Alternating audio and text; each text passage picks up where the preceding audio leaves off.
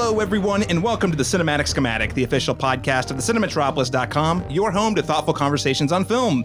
I'm your host, Caleb Masters, and today we can't help but look at Ethan Hawke's Black Balloons and get lost in his mesmerizing performance.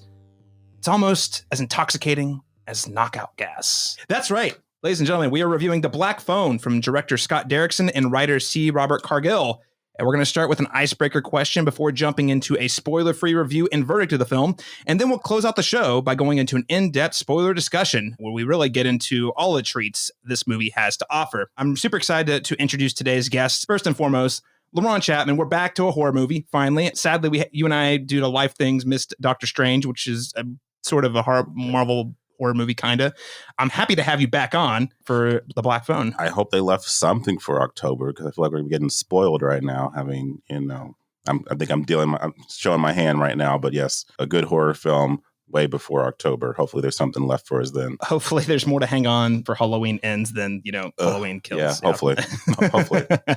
But I'm so excited to be joined by a first-time guest here, Matt Donato. He's an LA-based film critic, currently published on IGN/Film, Fangoria, Bloody Disgusting, and many other publications around the web. He's also a member of the Critics' Choice Association and the co-founder of the Certified Forgotten podcast. Matt, welcome to the show. Yeah, thanks for having me. Really excited to be talking about horror, in the summer. And I can confirm there's plenty of horror left still coming out for October. So there is no shortage on the horizon. Excellent.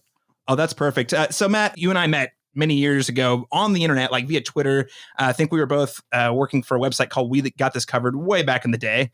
And you've since gone on to just do a ton of awesome horror writing, all those publications I mentioned. But you also have the Certified Forgotten podcast, and you're a co-founder. Could you tell us a bit more about what that podcast is and why listeners should check it out? Yeah, absolutely. So Certified Forgotten is me and my co-host, Matt Monagle. We're film critics. He's an Austin-based film critic. And it just was born out of having a conversation one day. And we realized we had both attended the same New York City Horror Film Festival, just like a little indie festival, nothing huge. And we just had a conversation about what happens to those movies that have these little indie festival runs that don't get the huge releases, that don't get the huge distribution. And, people just kind of stop talking about them. We just had one of those things of, kind of sucks, right? It just kind of sucks. These films fall to the wayside. So Certified Forgotten is a podcast that we developed that every single episode, a guest brings us a horror film, preferably from the 2000 era and onward, that has, at this point, 10 reviews or less critically on their Rotten Tomatoes page. So the idea is, we did start with 5, I'll admit, and we made it 10 just to make it a little easier for our guests, because 5 was actually hitting really well. We had plenty of movies and we were doing okay, but we made it 10, just make it a little easier for the guests, let everyone have some fun. And yeah, the idea is really just to champion those horror films that have slipped under the cracks of Rotten Tomatoes, whether that was in the early Rotten Tomatoes days, horror was just, it wasn't what those critics that were accredited actually wanted to cover. So those movies either got ignored or panned.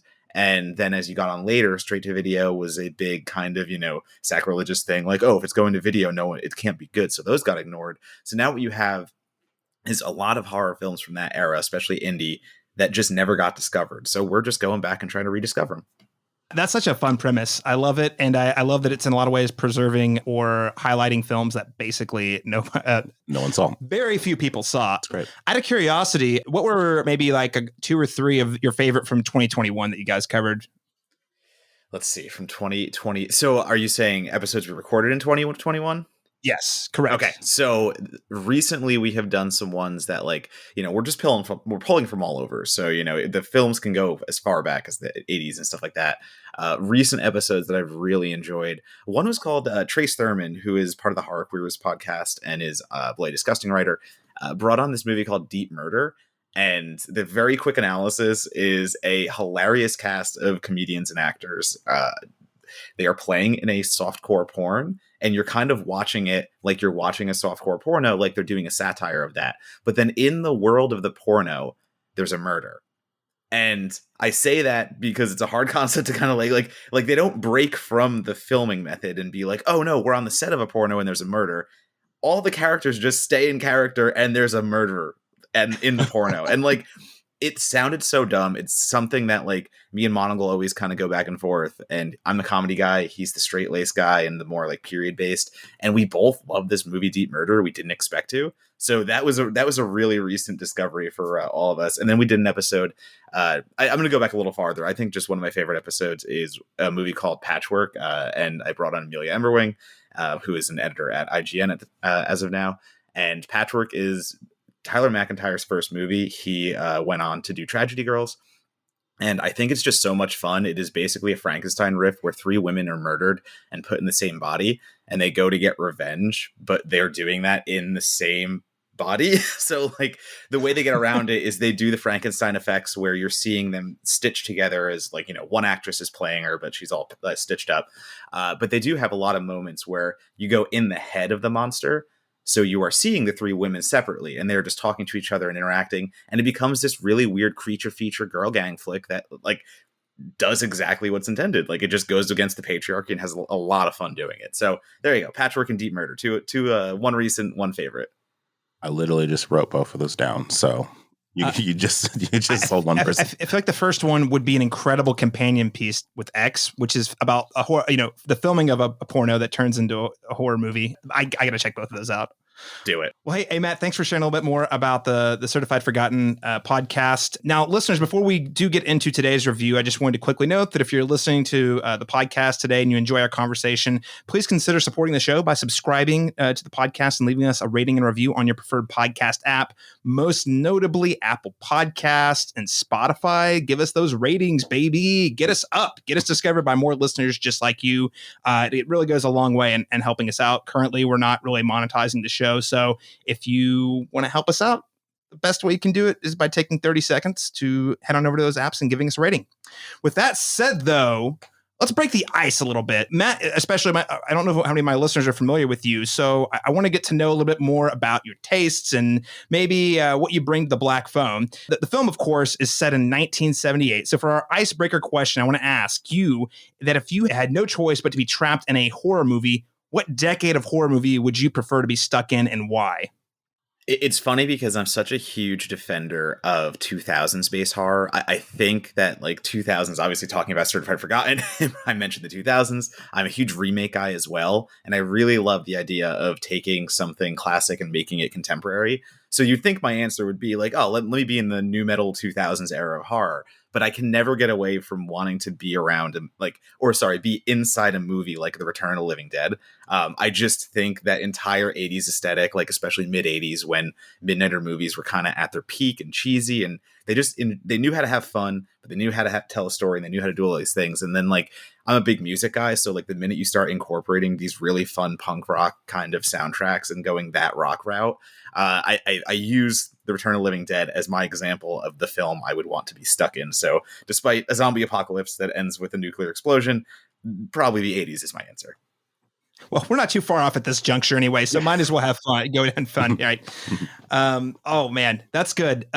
Zombie movies, I've kind of like come back and forth. I loved them, and then they got crazy popular, and I got less interested in them. But now that it's cooled a little bit, kind of the fantasy of the zombie apocalypse, there's something kind of weird and fun about it. I always think about even either of the Dawn of the Deads, either the original or the Zack Snyder remake, just being trapped in a shopping mall with like unlimited resources in terms of things that would be available in a shopping mall, food courts. Weird fantasy. It'd be a good way. It'd be a fun way to go. Yeah. Where it's terrible. LaRon Chapman, how about you? What decade would you choose? So, historically, African Americans don't survive very long in this genre. So I have to be modern. I feel like anything, 80s and prior is probably not going to fare well for me. So I'll take my chances in the 90s, early 2000 era. I'd rather outwit or outrun like, Ghostface than say face. I'll even take the Grabber before I'll take Freddy and Jason, because I just don't think I'd make it too far in that lane. So yeah, I'll say that it's a pretty wide net, but 90s, early 2000s. That was kind of what I pinned you for. I'm surprised though. I was thinking you were going to say late 90s because it's when it gets meta for Scream. It's true. Well, yeah. And I also feel like I would be a Randy. So I feel like, or a Kirby, so, I'd be able to at least like try. We'll be going back and forth on the phone. He'll get pissed off at me and just kill me because I outwit him, so I don't know. But at least I'll take better chances there because I don't want to fight anyone in my dreams. So No. I still think one of these days we're going to get a great Nightmare on Elm Street remake, because I just think, to your point, the premise of being completely vulnerable in your sleep, for me personally, is pretty terrifying. The original remake, Matt, I don't know how you feel about it. I thought it had so much potential, it got halfway, but I don't know. Actually, what did you think of the Nightmare on Elm Street remake? I hate it. I'm really not a fan of the remake of Elm Street, because I think the remake of Elm Street does what a remake shouldn't do. It doesn't try to make its own legacy in a way. I know it takes a little bit of story here and there, and it takes a deviation. But if you look at all the major scares and all the major moments from the first Nightmare on Elm Street, they just try to replicate that in the new one remake, and they do it with the one moment I always use is Freddy looming over the bed, and in the original, Wes Craven, is directing this scene, and he's using just like latex as the wallpaper. And it's this great image of the face pressing against like the wall that pops out. Such a good scare. And then you look at the remake, and what do? They just do a cheap CGI recreation, hack and slash, just right to and like, that is just how I keep defining the film itself. So Jackie Earle Haley isn't doing anything wrong, I would say, as Freddy. It's just that Freddy is one of those characters that is so tied to Robert Englund and the actor playing him, because the personality is so important. It just, nothing compared, nothing lived up. So yeah, all that to say, not a big fan of the remake, unfortunately. Mm-hmm. Yeah, I felt like I liked the idea that they were sort of picking some of the elements that were not super deeply explored in the original films regarding the origin, and sort of going even further into this guy was terrible to children. I was like, well, there's some potential there. And then and they didn't deliver on any of it. And that's the other thing. Jackie Earle Haley, I think his performance was fine. It just wasn't very inspired. And the thing is, I kind of think you think like a Batman or James Bond. The only way you really do an iconic character like that is to just do something fundamentally different for it to really work. I actually watched it like 2 or 3 weeks ago on Netflix for the first, not for the first time, but for the first time in a long time. And I felt the same way. I felt like it's just so literal this time. The myth, the mythicism is just kind of all but removed from it. And a lot of his voice work, it's a lot of ADR, so it feels very disembodied from the performance you're seeing on screen. So it just feels very manufactured, and it just kind of feels like a cheaper version of what we saw in the past. And some of those old Freddy movies are pretty cheap, but you have Robert Englund just going ham on it, so it just kind of sells even some of the stinker of sequels, in it. So, but even the stinker sequels had like a cool idea driving them. Sure. I like number 5, the Dream Child. Yeah. I love that one because it's got this weird gothic vibe to it, and it's a mystery. And I'm like, this is pretty cool. It's not a great movie, but at least there was something going on. The second one obviously is the queer Freddy film. But again, like to what Matt was saying, it just is delivering on a lesser version of what we had before with modern effects, but poorly executed. So I know about the ADR. That sucks. Yeah. Well, and I would also use, just really quickly, like Friday the 13th as the other side example, where I champion the hell out of the Friday the 13th remake, because Friday realized, wait, what if we just take the first 3 movies, condense them into one movie to get right to the good part where Jason gets his mask, and then we just give everyone what they want right out front. Like, that was such a great way to do the remake and use that concept to be like, we've learned from what we've done. And that's not to say that I even dislike any of the first 3 movies. I just, they looked at the script and they said, all right, we're just going to go for what the people want, but we're also going to do it in a way that is smart, that is fierce, and that takes care of everything that like a remake should do. So yeah, like I put them next to each other as being like, Nightmare is what you don't do when you do a remake, and you do it for the wrong reasons, when Friday is like, nah, we're going to reboot this, but we're just going to kind of fast forward some of the parts and give the people exactly what they're, itching for. Maybe one of these days we'll get another Friday the 13th movie. Well, I hope they're taking all of our notes for Halloween Ends, because there was a lot of conversation about Halloween Kills. They got a lot of work to earn my good graces back after that last one. Well, we got a little off topic, but that's okay, because I legitimately have hardly ever talked about the Nightmare on Elm Street remake, which I have feelings about, even though it's not very good. I'm going to go with the 2010s, and I know that seems like some recency biased, but elevated horror. If I'm going to die in a horror movie, I at least want it to be for some sort of thought-provoking reason. If I'm going to go down in the Babadook, it's because this woman clearly has some things that she needs to work. She's working on, and I'm willing to die for that if it helps her progress her character. In Midsummer, if any of those kids make it out alive, and I got to be the guy in the bear costume to get burned down in the barn. In fact, I was for Halloween one year. I was going to say you were for Halloween. I got to do it. You got to have a reason. That sort of like elevated horror genre really for me was where a lot of my favorite horror, like things about horror from the previous decades that you get one every once in a while, or a movie would do it just kind of all right here or there in terms of like setting the tone and the atmosphere. And there being this underlying theme that's not super obvious, but literally the second you start digging into it, you're like, wow, yeah, there's actually some things to talk about and unpack here that are really interesting outside of just like the visceral thrills. I've always been a fan of slow burn, so you could even throw The Conjuring in there, even though it's set in the 70s. It's got that real slow burn, sort of like religious reading to it. I would go with elevated horror of the 2010s, mostly because, Laurent, I can't take the 90s from you. No. You've got to be in the Scream movies. I got to be in a Scream movie. That's what it is. I was born to be in Scream. It's true. Laurent, in fact, at a con recently met the whole crew and has photos. It's pretty fun. It was a blast. Can I post those in the show notes? You absolutely could. Oh, my God. Yeah, I got good photos with Nev Campbell. I'll put it in there. Absolutely. And you also apparently leaked news that Nev Campbell, what was the YouTuber? Well, her favorite, because I asked her ranking of the film, because a lot of people do that on social media accounts and stuff. And I was just like, what's your ranking? You're the final girl. Like, how do you rate the movies? And I think we were on par with it. It was the first one, the second one, the fifth one, the fourth one, and then the third one. I was very surprised that, of her rationale there. But it could also be that what she was, her enjoyment on the sets of those films, because that could probably have some bearing on it. And also like how substantial her role was in it. Like I know like she wasn't in 3 very much. So she wasn't in 5 very much, but so it's just kind of like, like where she felt the most utilized on set. So also, but either way, I was like happy to get that and post that. And then a bunch of bloggers just happened to see that post. And then without ever talking to me, dedicated their whole podcast. They did their job though. They cited you. They said, they didn't say it was me. Film, what I can't remember. They said, film award-winning filmmaker Laurent Chapman recently interviewed. I was like, I literally just asked her one question in a Q&A. It's it. That's it.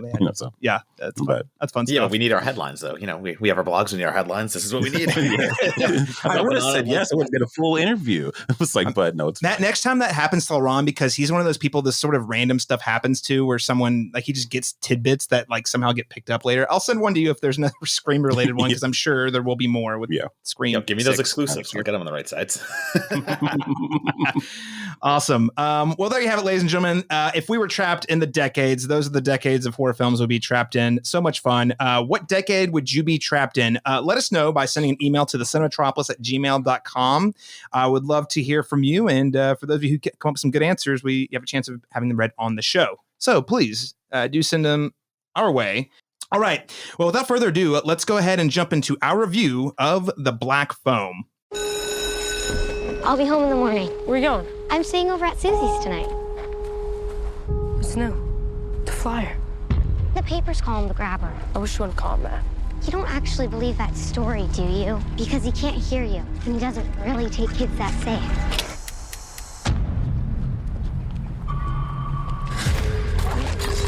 Oh, you goof. Well, isn't that just peachy keen? You need some help? You see that? Yeah. Would you hand me my hat? Yes, sir. I am a part-time magician. Are those black balloons in there? Would you like to see a magic trick? So according to IMDb, The Black Phone is described as, after being abducted by a child killer and locked in a soundproof basement, a 13-year-old boy starts receiving calls on a disconnected phone from the killer's previous victims. So Laurent Chapman, I'm just going to start off by saying, what's great about this synopsis? What is that? It is accurate to the film that I saw, unlike Jurassic World Dominion, which lied to me, lied to all of us. Yeah. So yes, this is The Black Phone. It's, as I noted earlier, it's directed by Scott Derrickson and written by C. Robert Cargill, who both famously worked on Sinister back in 2012. In fact, probably the most recent movie I remember watching where it scared me so shitless I literally couldn't sleep that night. And this film came about because I think Cargill had been working on it for a while. And after splitting with Marvel due to some creative differences, Scott Derrickson came back around and they immediately took on The Black Phone, which again was a film that was already sort of in the pipeline. This just pushed it way up and guaranteed it got made, which is really, really exciting. Now, before we get into the film at all, I'd love to just hear really quickly a little bit more about you guys' take on Scott Derrickson and or C. Robert Cargill, two sort of upcoming filmmakers. We're going to get more into details about their work specific to this movie in the spoiler section, but just really quickly, I mean, Matt, are you a fan of what Derrickson and Cargill are doing? What do you think? Yeah, so I'm definitely a fan of what Derrickson and Cargill are doing as a pair, as a duo. So I mean, I go back further with Derrickson because Exorcism of Emily Rose, I think, is a tremendous, film and one of the better, again, indie horrors. I have not ventured to see Derrickson's Hellraiser sequel. One of those that, hey, maybe we'll cover on the podcast someday, Certified Forgotten. But yeah, so Derrickson himself, I think, is such a talented director, and we will talk about that way more. Obviously, we get into the Black Phone, but I think, it goes without saying that Black Phone is a great example for reasons I will give later. But like his vision right now, and you talk about horror filmmakers that have just a unique vision in like James Wan right now is someone I would say that no one else is really doing what he is, because we've seen people in his own universe try to do what he does and they do it not well. Curse of La Llorona and Conjuring 3 shout out. But there are just so few filmmakers, I think, that have a real grip and stranglehold on horror cinema right now. And watching Derrickson come back to horror and do what he did in the Black Phone and just assert that he's like, nah, I'm like one of the better horror filmmakers we have right now. And like, I'm going to show you why. So Derrickson, Cargill together, amazing. Derrickson directing, I look at him doing horror and I hope he keeps in horror, because I will admit Doctor Strange is one of like my least favorite of the origin stories. I don't think it translates as well there, and I just don't think it has the same pop that his horror work does. So even Deliver Us from Evil, it's not a great movie, but it still has style and substance, and it's what you want in a horror film. So that is my Derrickson take. Excellent. Derrickson takes. Matt's pro. LaRon Chapman? Oh, I'm also pro. I echo everything he said. I think I wish we had less gaps between his work as a horror director, because there's a lot of people kind of forcing their way in here that may or may not be a good influence on the genre. So it'd be nice to see more consistent work with him, because I really think it can kind of tonally set like where this is what makes a good horror film. And I'm not looking for copycats, just looking for people to look at kind of how he approaches it versus like, manipulating it and manufacturing it in any type of way. I like what Jordan Peele's doing as well, so this socially conscious horror films, so, and it's weird that that's coming out of like, again, comedians, I think of that, like even The Quiet Place, what's his name? Krasinski. Yeah, so like comedians are making good horror movies. It's weird to me. It's like, but they're doing better than some people have done over, in the last 10 years. Like those movies are more memorable than several others that have come in, in the same time frames. To be a comedian, you have to have a dark side. And this is actually, one of my friends is a comedian, and I've asked him, I'm like, where does that come from? I'm like, just what you said. Jordan Peele, great example. We all know him from Key and Peele for so long, and there's just the funny guy and stuff like that. And then he comes out and makes something truly terrifying with Get Out. And then he continues, again, showing as being one of the leading voices in horror right now with Us. And I went to my comedian friend who does stand up all the time, and he does all that stuff. I'm like, so what's the click there? He's like, do you know how messed up you have to be a comedian? Like to find humor in this shit and like what they do and the jokes they tell. Like he's like, no, yeah, comedians are some of the darkest mofos out here. And I was like, yeah, no, that tracks. Okay, so that makes sense. Yeah. Well, and I think like I'm not by any means an expert in comedy. I'm not going to make that claim, but I would think too, in order to understand what it takes to make someone laugh, you have to understand people and what makes them tick, which I think is also a really important part of what makes a good horror movie. What kind of zone is someone going to be when they're seeing these things? How can I like pull one out from underneath them or make them feel uncomfortable? You have to have like a really good understanding of human nature to laugh, but also to be scared. Yeah. So I think that's a good call, Matt. Thanks for sharing that. Yeah. I mean, my bias is we're pretty aligned. I'm a big fan. I think Derrickson's one of the more unique voices we have in horror. There's only a handful. I think James Wan's a great example. Jordan Peele's a great example. I think right up there is Scott Derrickson. The thing I also want to note about C. Robert Cargill, I listened to Spill.com way back in the day. I don't know, Matt, if you ever listened to those guys. I think they're doing some of them. They broke into like multiple podcast websites with Corey Coleman and those crews. But way back, I mean, I'm talking like early podcast days, early YouTube days. These were guys who would just get around the microphone and talk movies, and all from like the Austin film community. Cargill was among them. He was like a critic. I think he was more of a frequently recurring guest than he was a regular, but he was on there all the time. And I remember thinking, God, this guy has got some good takes. He knows his stuff. And then he said, hey, I'm leaving to do some personal projects. And I was like, well, that's a bummer. I'm going to miss hearing him on the show. Well, long story short, that show, they pulled the plug on it after a couple of years later. And then Cargill goes on to, do Doctor Strange, which, love it or hate it, was a ticket for him to be able to do more cool stuff. Sinister, again, incredible film, incredible pairing between Derrickson and Cargill. So I'm just super excited to see awesome people being successful and also not settling for a very specific niche, because I don't think, as we sort of transition to our review here, I don't think that they were content just making a second Sinister movie or another Sinister type movie. They actually went for something different while utilizing some of the same tools. Now, with that said, though, let's get to our actual thoughts on the Black Phone and spoiler-free mode. What did you think of the Black Phone? Just really quick overall impressions, and we'll drill down just a little bit here. And Matt, I'll start with you. Sure. Staying spoiler free and staying super vague, I will just say that I think the Black Phone is just incredibly effective.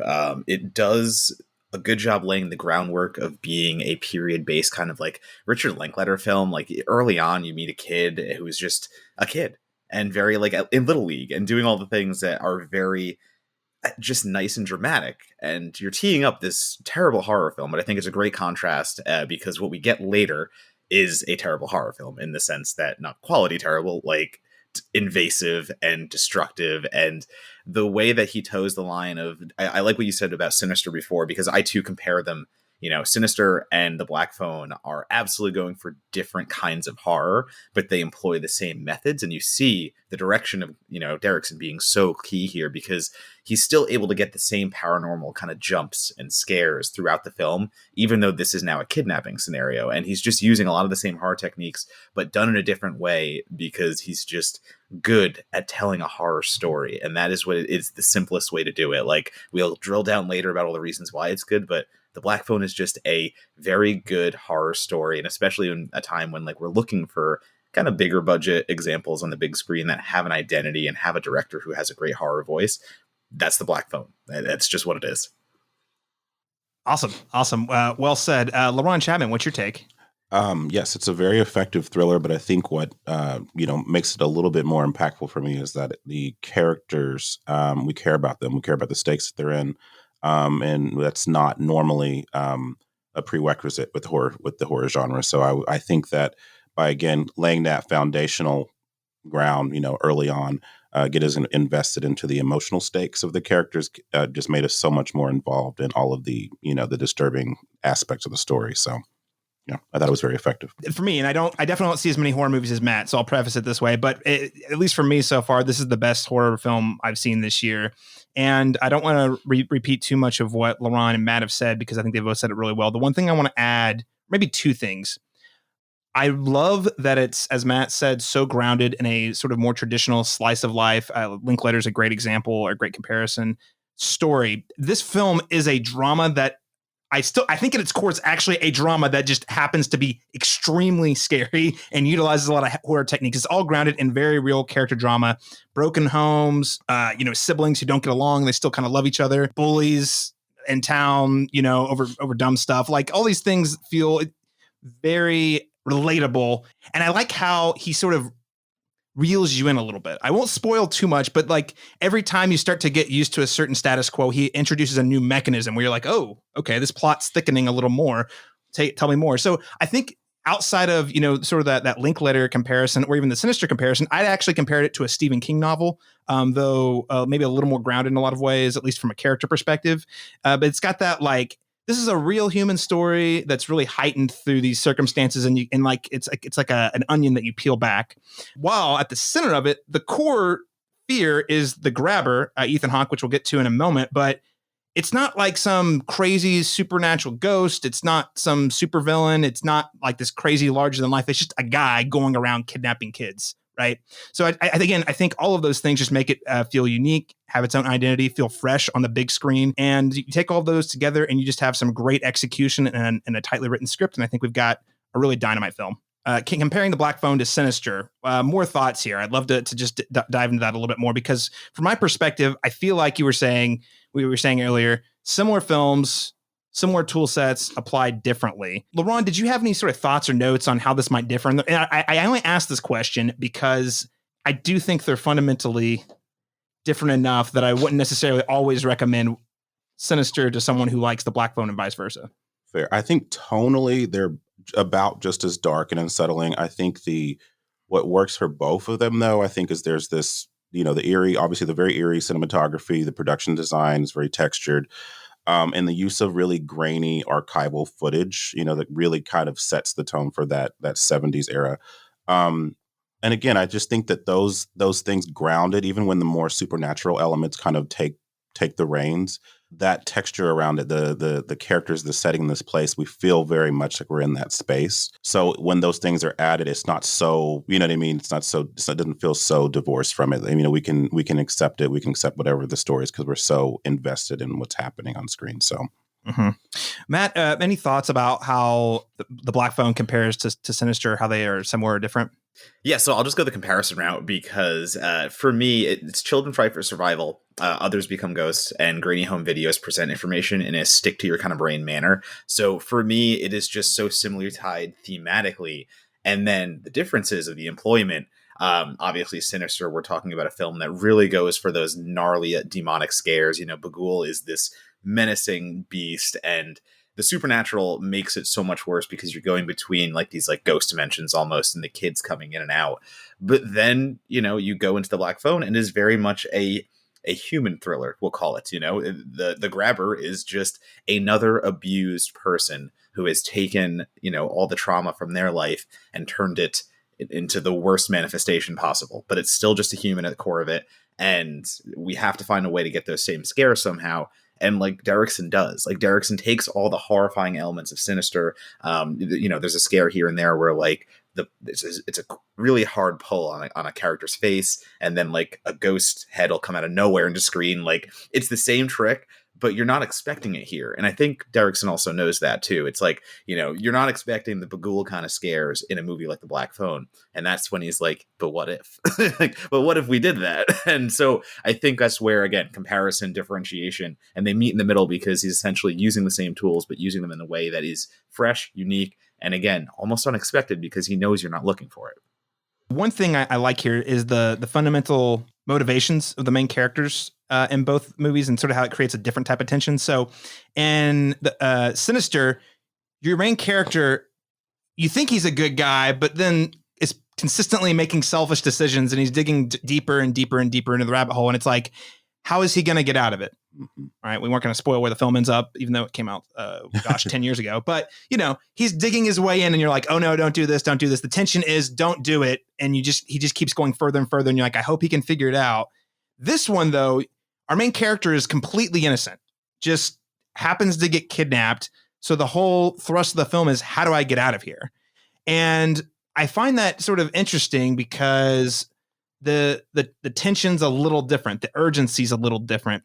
I have more dread in Sinister because you just know at its core it's not going in a good place. Versus this movie, you really you feel like it could be heading to a hopeful place, but you genuinely don't know. Again, I can't spoil it too much, but the way they use the ghostly characters is quite a bit different than they use them in Sinister. Again, just the motivations of the ghosts, for example. So again, we'll get into that in spoilers, but I just think that the thrust and the type of story that we're watching, what really generates the drama and the tension is different enough. The other thing I would say is I have friends in my life, maybe some listeners, I don't know, who really get wigged out by demonic storytelling. So I, unfortunately, as much as it breaks my heart, because I love recommending Sinister to literally anybody I can talk to. Yeah. If they're like, I can't do demons, I'm like, well, you should rethink that, number one. But if you absolutely can't, demons I get are cool. it. Do demons. But if you can't do it, fine. Just skip Sinister. This one, though, again, it is pretty grounded in reality with some natural elements. I would feel very comfortable recommending this to almost anybody. I mean, obviously it's an rated R film, and there's some if they like thrillers. Yeah, exactly. Sure. It feels very accessible in that way. Yeah. It's funny on that because I have people who are the opposite, and they can do demons, they can do ghosts because those aren't real, quote unquote. I mean, right. They might be, like, we still don't know. Maybe I'm a skeptic, but it's the movies like The Black Phone, which are actually hard to recommend to some people I know because that could happen. And for them, they're like, I don't want to see the horror movie that might be able to happen. I want to see the ones that I can kind of look at and go, that ain't real. They're like, my neighbor has a black van. I don't want to think about this. Yeah. You know, it's like, For real though, anytime I see a black van drive by, I am walking away. I'm going to be thinking about it. Yeah, absolutely. Or a black balloon, either way. Yeah. Different strokes for different folks. Ethan Hawke. Okay, we have to talk about Ethan Hawke, who doesn't get a name. He is credited as the Grabber in the credits. And I'm sure you guys both read about this, but he famously accepted the role of the Grabber by leaving director Scott Derrickson a very threatening voicemail, which I just thought was incredible. Like, how would you feel to have someone just call you up and leave you like a voicemail? Like, oh my God, I'm about to get murdered. That happened. I mean, for PR for the house that Jack built, IFC Midnight thought it would be funny to call a bunch of us journalists and have the person read a little bit of passage in the voice of the killer. So I still remember being out in New York City and it's like 2 a.m. and my phone rings and I get a voicemail, which is exactly what you're explaining. Like literally I get a voicemail that is PR for the house of Jack built, but no one has said anything about it. And it is just this creepy ass voice as I'm like walking home from the bar telling me like, this is the house that Jack built. This is the da-da-da. And I'm just like, what the fuck? Like, that's incredible marketing though, right? Because I'm sure you at least stopped and thought, this is fucking crazy. Should I report on this? Do I tell someone? Did someone just threaten my life? I don't know what's going on. It got attention. I tweeted about it. That went into articles. It definitely got attention. LaRon, have you ever considered, giving a rollout by calling them via threatening voice message? Have you ever considered this before? I can neither confirm nor deny whether I've already done that, and they didn't get me a role in a movie, but we lost a job. But no, I don't think we appreciate Ethan Hawke enough, really. I mean, he's been giving career best performances and then topping that performance and then topping that performance, for a while. You and I had aired our grievances about First Reformed and why he wasn't, what a robbery. Why he wasn't even nominated. I was sure he was going to win and he wasn't even nominated. But yeah, like you said, all of his work with Linklater is very terrific. He's great here, even he does so much with so little here because we really don't see his face maybe 1.5 times this entire movie. And it's his voice, it's his presence, it's his physical mannerisms. It's all just really unnerving. Yeah, no, I think he's absolutely terrific in this role. I was trying to think of like another comparison. I mean, I know he was just in Moon Knight. I was not very happy. I mean, he was great, but the show was very disappointing. So it was good to see him working with some better material. That's probably, the closest direct villainous role I can recall seeing him in. He did play a really interesting role 12-ish years ago in Daybreakers, which was a vampire film. Not a bad guy, but also not 100% a good guy either. I think he was the protagonist, I guess. But we don't really get to see him do stuff like this super often. And I think he just goes for it. Yeah. He is terrifying. And the reason he's terrifying is because you feel like you could know this guy. You like this guy could live like 3 blocks away from me and I would have no idea. And he could be your brother. Don't say that. No. I mean, this movie was already an excellent film, but Ethan Hawke just took it up another level. Matt, what did you think? Yeah, I mean, just to kind of go off what LaRon said as well, I agree with both of everything you said. There's not much to add to say that like this is his career-defining villain role in a way because he doesn't really do them. There was a whole point of him taking the black phone because he's like, I don't really do these characters very often or at all. So you know what? Maybe that's just years of pent-up aggression just coming out in his performance now.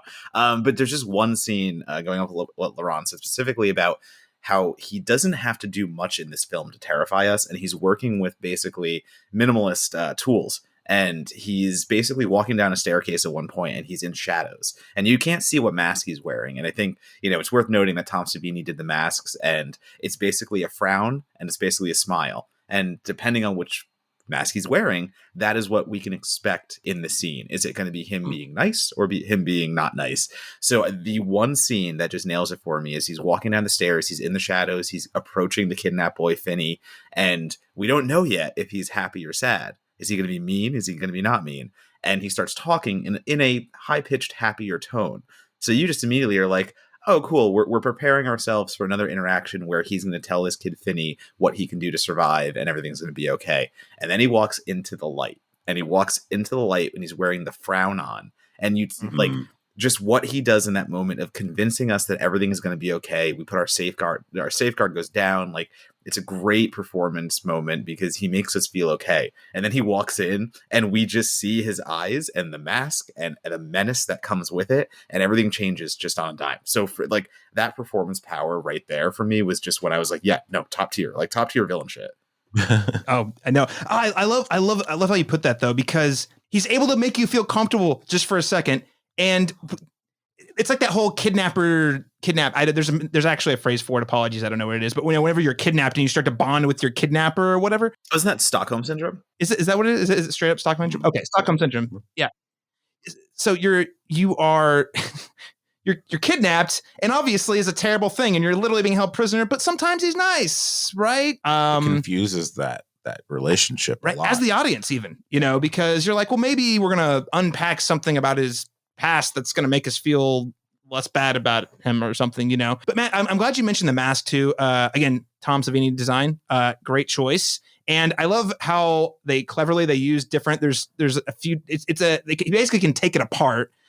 Everyone, listeners, you've probably seen the poster, but it's actually very modular. So he can take the eyes off, and you can see only his eyes versus the smile with a frown. Or sometimes he's got the eyes on, you can see his mouth. It's just incredible costume design, incredible performance. Not much more to be said other than Ethan Hawke really should have won for First Reformed. But also that takes us to really the stars of the film, because at the end of the day, Ethan Hawke actually has fairly limited screen time in comparison to the children. So of course you have Finney in the movie, who is played by, I believe it's Mason Thames. He has his sister Gwen, who's played by Madeline McGraw, are really kind of the two stars. Also, quick shout out to Jeremy Davies, also not in this movie very much. I just really love him. Big Lost fan from way back in the day. Just a really great underrated performer we don't see a lot of. But the two lead kids, so again, the actors, Mason Thames for Finney and Madeline McGraw for Gwen, I thought were tremendous. Child actors is such a hit or miss. And whenever they're your main characters in your POV, it's a big risk. Those kids have to nail it. And I thought they really sold it super well. And not only the main two, but there was also all the previously kidnapped kids they had to cast that, had less screen time, but were highly effective in the moment. Matt, what did you think of the cast of child actors in the film? Very good. And, a lot of horror films, indie horror films specifically, try to do, what you just explained, the sense of we're going to have a child performance that's going to be, integral to the plot. And the unfortunate nature is that a lot of those times, those performances aren't as great. It's untrained actors that are very young, and that it just tanks a movie. Like when you have one of those performances, it just immediately tanks it. I think this year has been tremendous for these kinds of roles, because between this and a film called The Innocents that came out not too long ago about children superheroes, essentially, we've just had these really great examples that show you can find these young kids who are tremendous actors. And specifically here in Black Phone Staying Here, you have Mason and Madeline having to come together as both brother and sister, because maybe they're not seeing eye to eye all the time. So like they're doing the brother-sister dynamic, but then also the trapped and rescue dynamic, because they're, again, not in the same place. Like, Gwen and Finney are in completely different places, and Gwen is trying to figure out how to get her brother out and the dire necessity of that task. And then Gwen also can have premonitions, and like the paranormal thing kind of comes into a little bit. So like there is so much complexity going into these like younger roles, adolescent roles, and the presence that they have is just on a level that it defies age. Like it's one of those things that you no longer see age. It's just tremendous performances that carry the film, and we get lost in them, and that's why they are just a cut above, I would say. Oh, absolutely. I love that. You stop seeing them as child actors. You just believe them as the character in the moment. Yeah, it's tremendous. LaRon, what do you think of the child cast? No, I agree. And the complexity of their relationship is really kind of set up pretty early on before anything horrific really happens on screen. It was really nice to get their relationship foundation, just like their home life, their dynamic with each other, their dynamic at school, so it was really nice to get all of that character work early on before we ever get into the actual abduction and what have you. But yeah, their performances were phenomenal. Particularly for me, Madeline McGraw really, really sells it for me. And I just think they elevate it the story beyond mere jump scares, and suspense. So again, we're rooting for their survival. I always go back to classic example, not a horror film, but it's like Star Wars Episode 1, The Phantom Menace. If you do it wrong, it really hurts the movie. You do it right, it takes the whole movie up an entire level. And I think this is definitely an example of the latter. Okay, so we are getting near the end of the spoiler-free section here. Just really quickly, so Matt, on our show, there are so many different rating scales out there. I have two different ones I use. I use one for my Letterboxd account because I have no choice. The one we use on this show is more like a paper in college, an A, B, C, D, F rating. There is room for pluses or minuses. Before we kind of wrap it up and get into the spoiler section, should people go see this movie, and what letter grade would you give it? I'll start with you, Matt.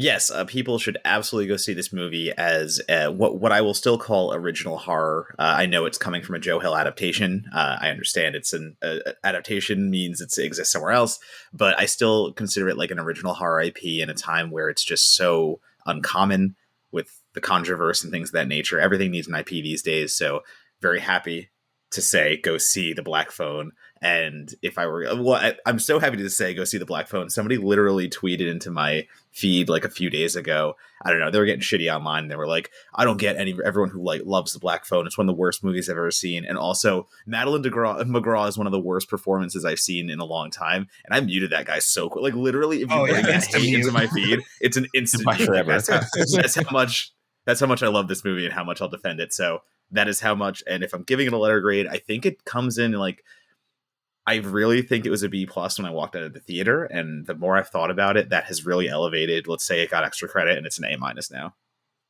Awesome. Well said. I think you and I are on the same page. But first, Laurent Chapman, what letter grade would you give the film? Apparently, we all cheated on this test. I gave it an A minus. So we got all the same answers here. But yeah, I think it's one of the better horror films I've seen in a couple of years. So I gave it a solid A minus. So. Yeah, I mean, I'm on the same page. A minus as well. Like mine's, I guess. Maybe if this had come out 10 years ago when I wasn't so tired of IP franchise-driven films, and the pandemic has only made it worse, where it just feels like it's so rare that we get anything original, quote unquote, again. But even novel adaptations anymore aren't super common compared to comic books or video games or you name it. Like it's becoming less and less common. So yes, that definitely gives it an extra. It feels more fresh today than it probably would have been even 10 years ago. So with that, I also give it an A minus.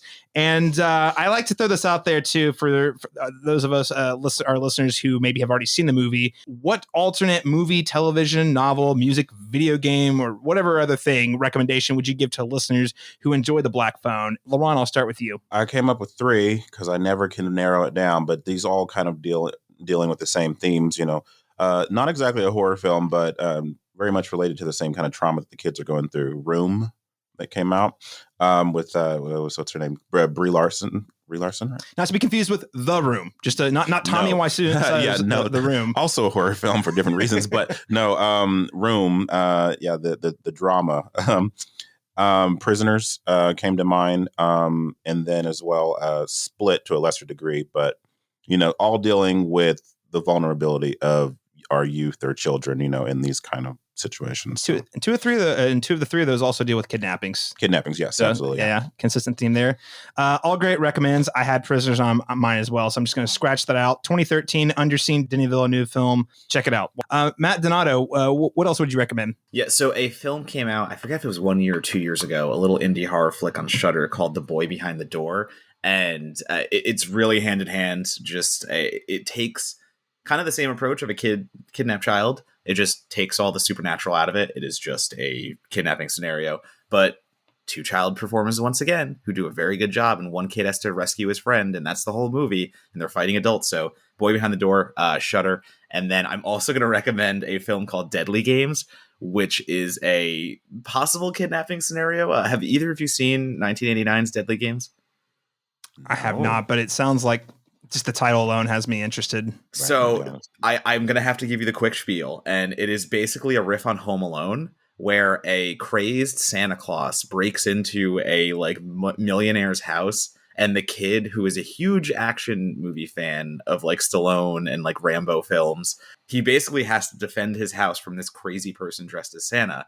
And you have a grabber-like element where, unfortunately, the Santa has been shaped by trauma in some way and has become who they are in almost sympathetic beings, but doesn't know what they're doing. And this kid just goes into survival mode, and the way he has to fight back and the things that happen, like, it is so over the top, cheesy, kind of Shudder horror, but it was a film that hit in 1989 and because of Home Alone got buried in the States. So it literally wasn't really released. Oh, wow. Yeah. So it didn't get really released until about 1 or 2 years ago, I think. So it's basically a brand new film stateside. Look for Deadly Games. It is so much fun. It is crazy. Do it. And you said it's on Shudder? I believe it's on Shudder, but now I think believe elsewhere. So I think you can get it like on as a VOD rental other places. I will find out, listeners, and link that in the show notes. That sounds like so much fun. Yep. It's fun. Confirmed. LeBron, you already said Prisoners. I'm going to throw out one. This is actually not a film, and actually, I'm going to preface this with, and Matt, I actually want to ask you about this maybe if we have time after we record. But the Quarry was a video game that recently came out, which is a horror game. Have you? LeBron, I just played it. You just played? Okay, finished it. Okay, good. So okay, we can good. talk about it. Oh, we'll have to. Yeah, we're all going to have to talk about this after we're done recording. Well, firstly, go play The Quarry because it's basically like a choose your own adventure horror movie. Essentially, it's on. I think it's actually on most modern platforms. So Xbox One, PlayStation 4, PlayStation 5, PC. And again, it's a choose your own adventure horror movie. So you start as six counselors? Mm-hmm. Six counselors. And you guys decide to break the rules. Your counselor's like, hey, we got to go. And this one guy named Jacob, who's clearly a douchebag, is like, but I got to stay here one more night to win the girl, and decides to sabotage. I know this is sort of a spoiler you find out in the first act of the game. But basically he's like, oh, we're going to sabotage the car so all of us have to stay here an extra night. And the camp counselor, after saying, no, you absolutely have to leave tonight in very mysterious ways, then says, okay, just stay inside. You'll be okay if you just stay inside, and then drives off. And naturally, the teenagers don't stay inside. Bad things ensues. But the fun part is you get to actually interact with and make choices that sort of play out the horror movie. So different characters can live or die. You can actually unlock parts of the story if you play it right that you would not unlock if you don't play it well, which is actually super important because I did kind of read around on some of the alternate endings I didn't get, and I was like, wow, I can't imagine playing the game with it ending this way without all this other backstory that you get if you play it a certain way. So again, that's The Quarry. Like I said, I think it's all on all current and next gen platforms for gamers out there. But actually, that wasn't even the one I was going to recommend. I'm just throwing that in there as an additional. I want to recommend is actually Heavy Rain, and this one actually came out way back on the PlayStation 3. It's been released on the PlayStation 4 and PlayStation 5. Same type of game, except for it's more like a traditional detective story. So this kid's being kidnapped and he's being held hostage by this killer who I hope I'm not spoiling it. I think this is in the premise of the game. But essentially he kills his victims by putting them in a sewer drain and right on the day before a big storm, ensuring that they will drown. And you basically play, I think there's 3, maybe 4 different characters you play as throughout the game, including the dad. His son's the one who's kidnapped. You play a private eye detective, and then you play an FBI detective, and you kind of approaching the story from different angles. But I think there's definitely a lot of overlap if you like the sort of kidnapped detective mystery story. You actually get to interact in that sort of narrative. And similarly to The Quarry, it's one of those you choose your own adventure, real time events. You have to tap X really fast or whatever. It is a PlayStation, I believe, might be on PC now, but it originally was a PlayStation exclusive, PS3, but you can definitely play it on the PS4 and PS5 today. So those are my recommends.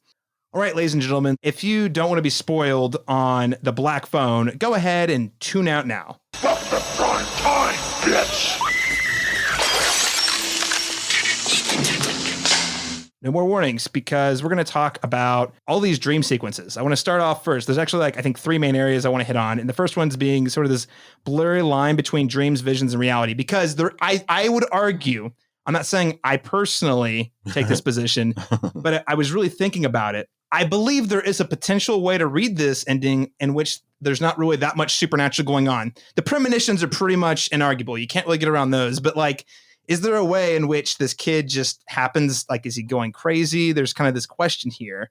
And I think that Derrickson does a really great job at sort of leaving enough ambiguity for you to kind of read it multiple ways. Now, I will say I come down fully thinking supernatural for sure, but yeah, I thought it was kind of enjoyable kind of playing the movie back through my head. I was like, well, maybe you could sort of think of this as this kid's going crazy and he's just kind of coping with it. And he's sort of using his own observations and kind of playing it out in his head. So all that said, I think the Black Phone takes a really specific approach in how and when it shows the victims who Finney talks with on the phone. Just to kind of start off sort of like this exploration of what's real, what's dreams, what's reality. What was your take on how and when these victim children were used and presented? And Laurent, I'll start with you. No, I agree with you about how the supernatural elements function for Finney's character versus Gwen. I think for Gwen, obviously, it's very direct. Like she's having visions, premonitions, dreams. But I can see how it could be interpreted for Finney. Like it could be a coping mechanism. It may not be a direct supernatural thing. Because I think that's the subversion, I think, of the trope here where we're thinking that, oh, this is a supernatural film and not just a kidnapper film, because those visions, while disturbing, actually have purpose and intention, so you see these these deceased kids, but there's a reason they're coming, very much in the way that people were used in The Sixth Sense, or they have some kind of message to give to the person. So while they might scare him or scare us when they apparate or what have you, they actually have a genuine purpose that's beneficial to his cause in the end. So. Right. I think the Sixth Sense comparison is really good. Matt, I'll turn to you. I mean, what was your take on how they use the victim children? Yeah, I think the blurred lines, like you mentioned before, are really smart because, Derrickson doesn't necessarily maybe want us to understand if the victim children are a trauma response that are in Finney's head or something supernatural, because at that point, all that matters is Finney and what Finney's going through and how Finney is processing that. And it's one of those films where leaving that ambiguous actually works for me. Ambiguity is sometimes something that I'll go into on a film that possibly, not to call it A24, but they have a lot of tendencies to take you through like 90 minutes of a movie and then leave you with something tremendously ambiguous at the end of it. And that's like supposed to be the payoff. So it's not always my favorite mechanism, but here it works because, again, like the stress is put on what's happening in the moment and how Finney is, using the voices and using the phone. And, it's less about what's and why's and more about just how we're in the experience and what's happening. So for me, I do think it's supernatural. I do think that the kids are actually some kind of, parallel universe communication. And again, Gwen's stuff that's hard to argue away. It's just stuff that she is experiencing, and she is not alone by herself. So her experience is totally different than Finney's. Fun way to do it. Fun way to make it more than just a lockbox scenario inside a basement. Yeah, absolutely. And I just think it's kind of cool because, again, I come down on the supernatural, so to make that clear. But I love the idea that, I think most of the information that he gets from them he could either be from his own observations in terms of like the stuff he knows about them, because this has been in the news and he's a kid, he's scared, he's probably reading all these stories about these kids who are showing up on these posters all over town, and sort of how that could manifest within his imagination. That said, those ghosts are creepy. There's some crazy stuff, and I don't pretty much all of them. The one that I definitely can't explain is absolutely the break through the wall to get in the fridge to get the steaks. That one's kind of a reach. Yeah. And they have very specific instructions. So there's that level of, for sure. Yeah. But I was like, the cable. I was like, he probably could have found that. He could have dug that hole, things like that. You guys do come down thinking this is pretty conclusively a supernatural thriller. I think this actually is going to take me right into sort of our second topic here, which is how to use a psychic in a horror movie. This is a super common horror movie trope. We have psychics or telepaths are often used as a solution or a plot device to drive the story forward. I mean, obviously one of the original hits using this mechanism was Carrie, but it also plays a role in The Shining. Obviously there's Friday the 13th Part 7, I believe that's correct. Mm-hmm. The Sixth Sense, as you mentioned. Thinking about the other supernatural element outside of ghostly children, how well do you guys think the Black Phone handled Gwen and sort of her use of visions and psychic powers? Matt? I think it works very well because not only do I love Gwen as a character before she is even a psychic, when she is just throwing rocks at bullies and standing up for her timid brother, but to your point, the psychic is kind of a cop-out in a way in a lot of movies. It's just, we need a way to get to the answer here. And we're just going to bring in the person who knows everything and is going to be the wisdom-telling soothsayer, whatever you want to call it, who just steps in and he or she is going to solve the day. because that's what they do. Like, that's their function. And is that a little bit what happens in the Black Phone? Yes, but there's also an arc to Gwen that is farther than that. Like, this is Gwen discovering that she has these powers as well. So we are going through her journey as much as we're going through Finney's. Finney's is a little more desperate, I would say, and Gwen's is a little more fantastical. But doing so actually gives us something to latch onto. And there's a struggle there. It's not just, Lin Shaye walking in and being the insidious, telepath, stuff like that with a gas mask on. It is more, and again, sorry, I love the Insidious movies, so that is not a shot at Lin Shaye, the Queen. I literally love it, but like, it is, it's a formulaic way of doing it. Gwen is not that to me. Gwen is a child coming to terms with these immense powers and having to figure them out soon enough to save her brother, versus just stepping in and saying, "I'll take care of this. Don't worry about it." I think that's the differentiation. Yeah, and they do a good job at setting it up from the jump, instead of it sort of being convenient. Yeah. Because it's set up at the jump, and then it's, as you said, like you said, Matt, she's discovering these powers, and she really has no actual control over when she gets information. It just occurs, and I love the idea that she's praying about it. Not because I don't necessarily think she believes in God in a traditional way, but she just doesn't know how to explain this thing that's happening to her. So the only thing she can think to do is pray and hope that something good happens with her powers. I just thought that, and it kind of creates sort of a tension, and it also tells you a little bit more about her character, both sort of like her relationship to her beliefs and what those powers mean, but also her relationship to her brother. Like, once she realizes he's been taken, she is just like, I've got to. If I don't see something that helps, it's going to be my fault. Right. Like, there's that real strong tie the two of them have, on top of the fact that she's just a kick-ass character who like beats up the bullies on the program, the playground for her brother. Laurent, how about you? What was your take on sort of the use of the psychic powers? Well, before I comment on that, I'd love the scene where after Vinny gets abducted and she's like cussing God out, just like, God, what the fuck? Like, literally, like, what? I mean, I thought that was a great moment for her. But I think she's such a compelling character that, and also, I mean, and as an actress, I mean, again, just because the character work here and the performances are so strong, all of the sillier elements of the story, I'm not really focusing on because I'm invested in the characters. But I thought that that it was used effectively. I like this symbiotic relation between her and her connection to her brother.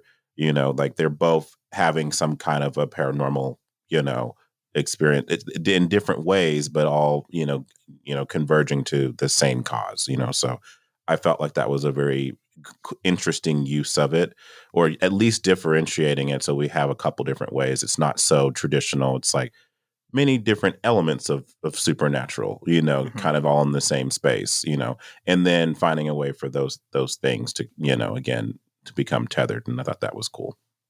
Yeah.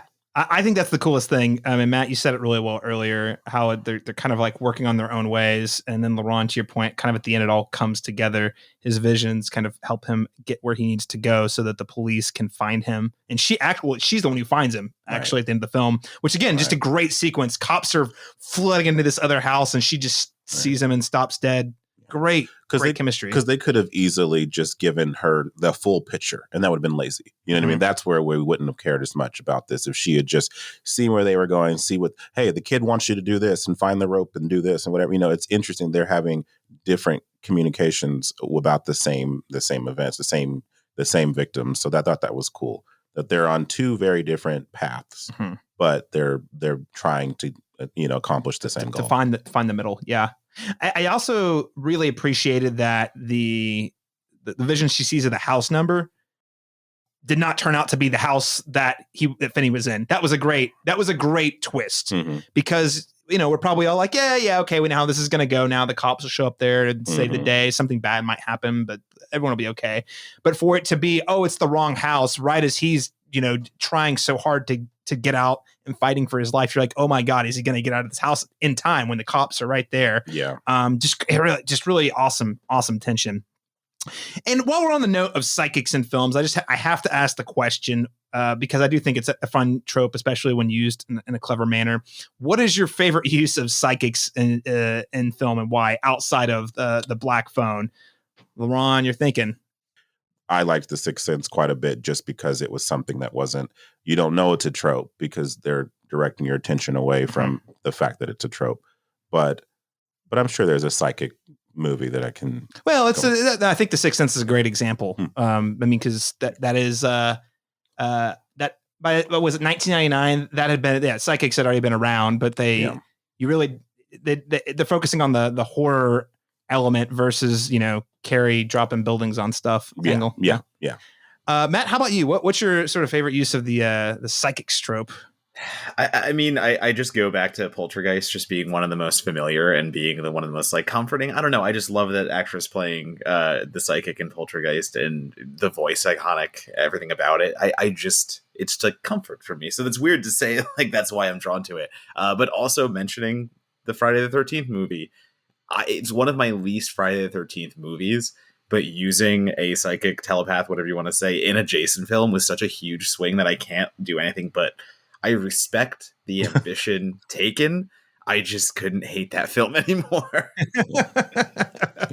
Laurent, tell you what, I did think of one. Drag Me to Hell. Was a fun one. Another Sam Raimi film, but just that whole movie is ridiculous. But I did really much love how they kept playing with your expectations. She's following the orders of the vision she's been given, and then everything kind of derails and goes to a different direction. So there's my one. I think that's good. Matt, earlier you mentioned Insidious. I don't know if it's my favorite, but because frankly, as much as I don't like that Jason movie either, the psychic does make it a really good guilty pleasure. As in, this movie's kind of terrible, but they save it with the gimmick that's really silly. At least that was my take on it. But I do really like the Insidious because it's sort of a modern take on a very age-old psychics trope of like the old lady who's sort of wise and spiritually in touch with stuff. But she puts on a gas mask and kind of says these chants and kind of goes into the zone and can, and especially in that movie, the way they realize the other world or the other side, the way the visions kind of manifest themselves in that film, I thought was super duper fun. But yeah, I'd say those are, I think other than that, the ones we've said on the table are probably a couple of my favorites. The Sixth Sense is a big winner for me as well. Okay, so let's take it on to the final topic today, which is, as I alluded to at the top of the show, this the Derrickson C. Robert Cargill duo. Are these the next great horror auteurs? And Matt, you mentioned earlier, so Derrickson's his directorial debut was a direct-to-DVD Hellraiser Inferno. Came out in 2000, and then we get Exorcism of Emily Rose, which is an excellent film. And then he teams up with Cargill in Sinister. And then, of course, they go on to do Doctor Strange together. And now we have The Black Phone. Derrickson has worked decades to sort of, I really feel like, refine that craft as a horror director. And I think the thing that sticks out to me is he's never too comfortable. Everything you see feels like either a level up or, like we said here, even if it's on par with in terms of the filmmaking, the way he uses it is so unique and thoughtful and different that it kind of levels it up in a different way. So, Matt, when you watch the work of Derrickson and The Black Phone, what do you think are the things and the elements that set him apart from other horror directors working today? And again, feel free to use any example from the film, spoilers and all. I think the big key for me is that, Derrickson and Cargill are coming from a place of love and adoration for the horror genre. And one of the first examples, just using the telepath as an example, actually, the way they maneuver that character arc and the way that they use the misdirect of the house when Gwen thinks she's figured the house number out. And we think we have the easy ending. Like, yeah, that's the easy ending in so many horror films. That's the easy way of figuring it out. And the misdirect that it's the wrong house and those powers still aren't as good as Gwen thinks they are is Derrickson and Cargill going like, well, we've seen this so many times. Why are we going to do the same thing? Like, we're going to take the tropes that you all know. We're going to subvert them. We're going to do them in fun ways. Because, I mean, Sinister ends with a jump scare. Like, that is so sacrilege in horror. Like, it just ending on an in-your-face jump scare. But they are so good at setting everything up as a haunted house film throughout it. And the goodwill that they earn throughout Sinister, you actually are like, all right, I'm going to let this pass. And like, there's two films that have ever done that for me, and that's Krampus and that's Sinister. So like, for them to get that goodwill is a huge thing. But it all comes back to the fact that like what Derrickson as a director and how he can take Cargill's, words and elevate them.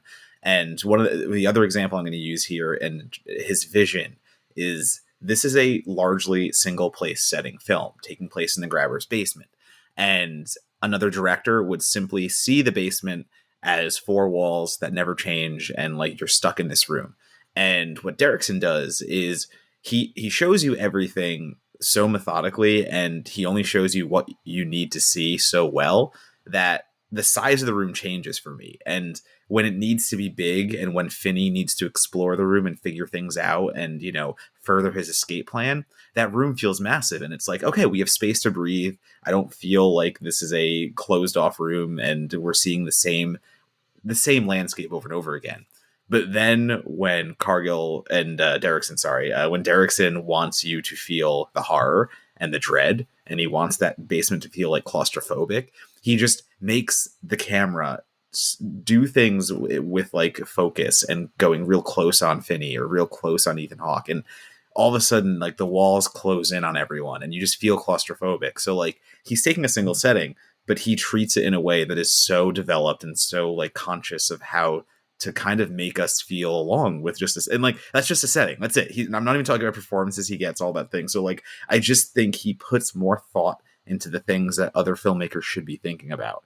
And for horror specifically, that goes a huge long way, because it's easy to do what somebody else has done in horror. It's easy to set up a haunted house, as a billion other directors have.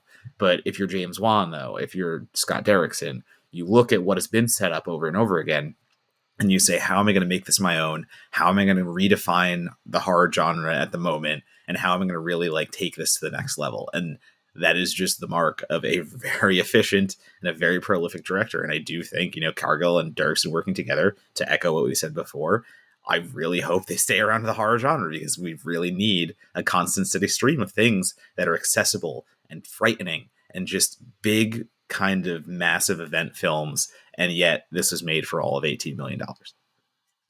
Well, I've got good news for you, Matt. Something I forgot to note earlier, but I just want to call it out here. We're recording this the Monday after the film came out.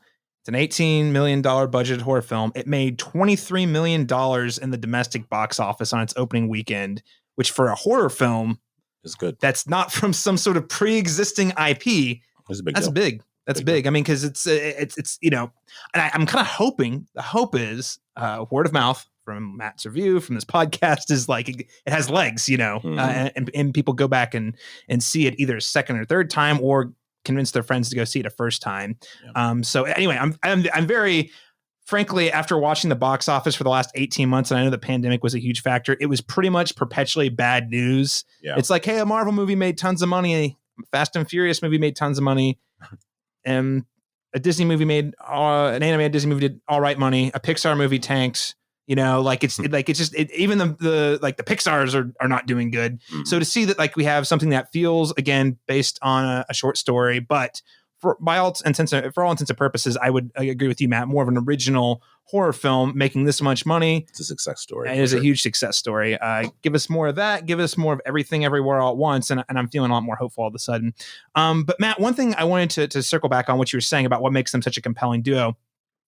My favorite thing about Sinister that I think, as you noted, works really well here is how their knowledge and the tropes and how confident they are in how to execute them in a thoughtful, surprising way. Here's the thing about, and I have to go dig up my review. I think it was in 2012 when the film came out. I wrote it down. One of the things about Sinister that's compelling is it's a pretty gruesome, it's a pretty spooky movie, the atmosphere and everything. But like at the end of the day, it is, like you said, a fairly tropish horror movie. But the thing that they focus on is the motivation. Why would someone be so stupid to keep their family in this house? Why would they keep watching these films? Like, why? Because he's greedy, because he's a person who's desperate, who wants to, he longed for the fame he used to have. And when you put that motivation in there, it really changes the dynamics of the story, because your main character suddenly is his own worst enemy. And he's also the worst enemy of his family, because he's keeping them in a very dangerous situation, sort of protect his own ego and his own vision for the future. And I think what they do here, to your point, Matt, is yes, we do have a psychic, we do have a kid trapped in a basement, but the way in which we receive that information adds to the suspense. It's not just it's not just Room. How do we get out of this? Again, Room's a great movie. Yeah. So point that out. But it's not just how do we get out of this house movie? It's, oh my gosh, these kids are talking on the phone. What happened to them? Why are they talking to him? how is this going to help Finney on his journey, right? And again, sort of a trope, but it adds a lot more complexity and layers to it that I think would be missing, if not, through other. If this was done, written and directed by a different duo. It gives those tropes meaning, even though they're like, yeah, this is a device, but it's being used effectively here in this context, because it's like we've remixed it in a way where it serves the story rather than like, just negates, lazy writing, so I thought that was, a cool way of doing it for sure. And I mean, like, Laurent, what do you think just in terms of like the way Cargill and Derrickson kind of utilize those tropes? And like, is there anything else that you would say makes them sort of an exceptional duo? I feel like, he said it very well, but I think the attention to detail for sure here, again, with setting and tone is really big. But their films don't feel modern. And that's what I really like. It's like they're conjuring a feeling of dread that we felt in 70s films, or we felt like in Halloween, or we felt in and you can tell that they've studied these films and they found a way to try and utilize that to their advantage without making their films look super slick and super on, of the now. It's like they found the thing that worked in horror films that a lot of directors just can't access, or aren't able to, or try to, or find, cheaper ways to get around to do, so. And that's a testament to their adoration for the genre. Sign us up for more. It sounds like good stuff. Well, guys, I think we are about out of time, but I did just want to give everyone a chance to chime in with the final word. Matt, is there anything you would like to add about the Black Phone before we wrap up today's conversation? James Ransome. We have not mentioned Mr. Ransome yet, and I think he has a wonderful little part as we're in spoiler territory, right? I can kind of he's like the conspiracy theorist brother, correct? I believe, if I'm correct. Yeah, he's the brother. He's the brother of the grabber.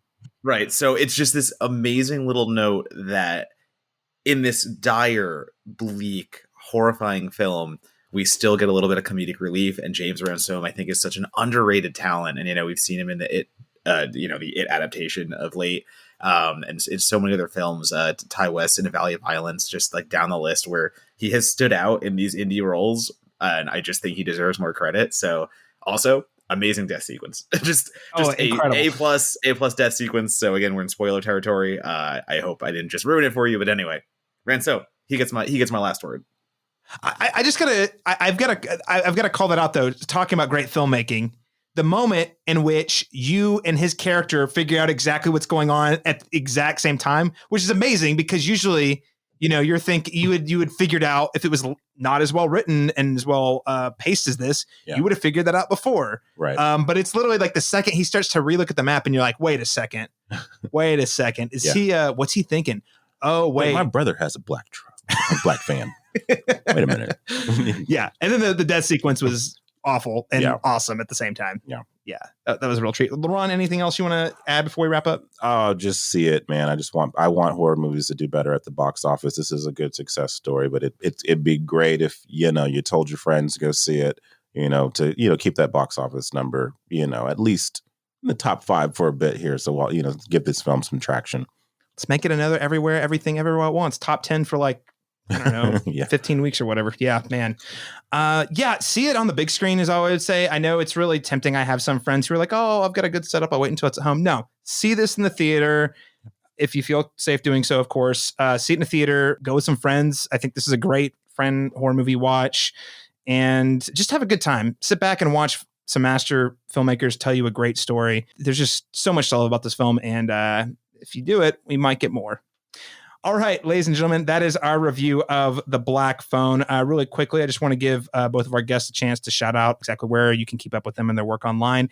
Matt Donato, thank you so much. It's been a pleasure. I've been trying to find the right opportunity to work with you or talk with you on a podcast for a long time, and I'm so grateful that you took the time out of your Monday evening to talk with us about The Black Phone. So thanks for joining, and where can people follow you online? You can follow me at Donato Bomb on Letterboxd, Twitter, and Instagram, and that is where I will tweet and talk about all the many sites that I write for, which are just endlessly a revolving door. So follow the social media. I will do my best to control the chaos. Laurent Chapman, where can people keep up with you and your work online? You can follow me on Letterboxd at Cinna_man, or you can follow me on Instagram at Black Movie Magic OKC. Awesome. And likewise, you can find me on Letterboxd. I believe I am, C Masters Talk. That is letter C Masters Talk, as well as my Twitter page, also C Masters Talk, letter C Masters Talk.